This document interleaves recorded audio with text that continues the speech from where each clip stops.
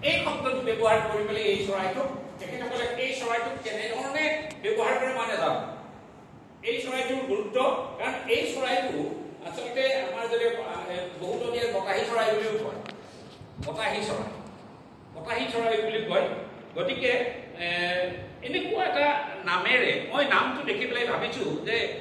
এইটো নামৰ চিন্তা কৰাটো কিন্তু মই আমাৰ এথনিক হাবক মই আচলতে ধন্যবাদ দিছো যে এই শব্দটো ব্যৱহাৰ এটা অতি সুন্দৰ আৰু আপোনালোকে মন কৰক আমাৰ যিবিলাক ব্ৰেণ্ডেড আমাৰ কাপোৰ আছে আমাৰ ব্ৰেণ্ডেড কাপোৰবিলাকৰ নামবিলাক আপোনালোকে মন কৰকচোন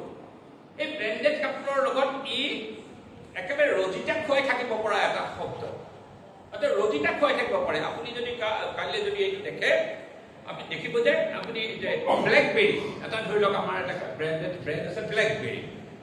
ব্লেকবেৰী আপুনি ব্লেকবেৰীৰ পিছত যদি কয় যে উজাৰু বুলি যদি কোনোবাই কয় তেতিয়া মানুহে বেলেগ কাৰণত চিন্তা কৰিবলগীয়া নহয়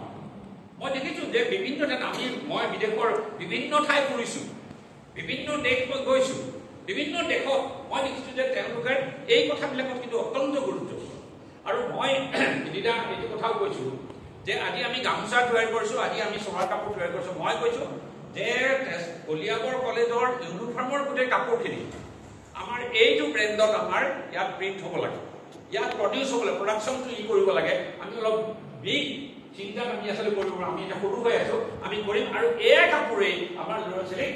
মানে আমাৰ ইউনিফৰ্ম চিলাবৰ কাৰণে আমি ছাপ্লাই দিব পৰা ব্যৱস্থা যদি আমি কৰিব পাৰোঁ তেতিয়া ই এটা বহুত ডাঙৰ এটা কথালৈ হ'ব আৰু পিছত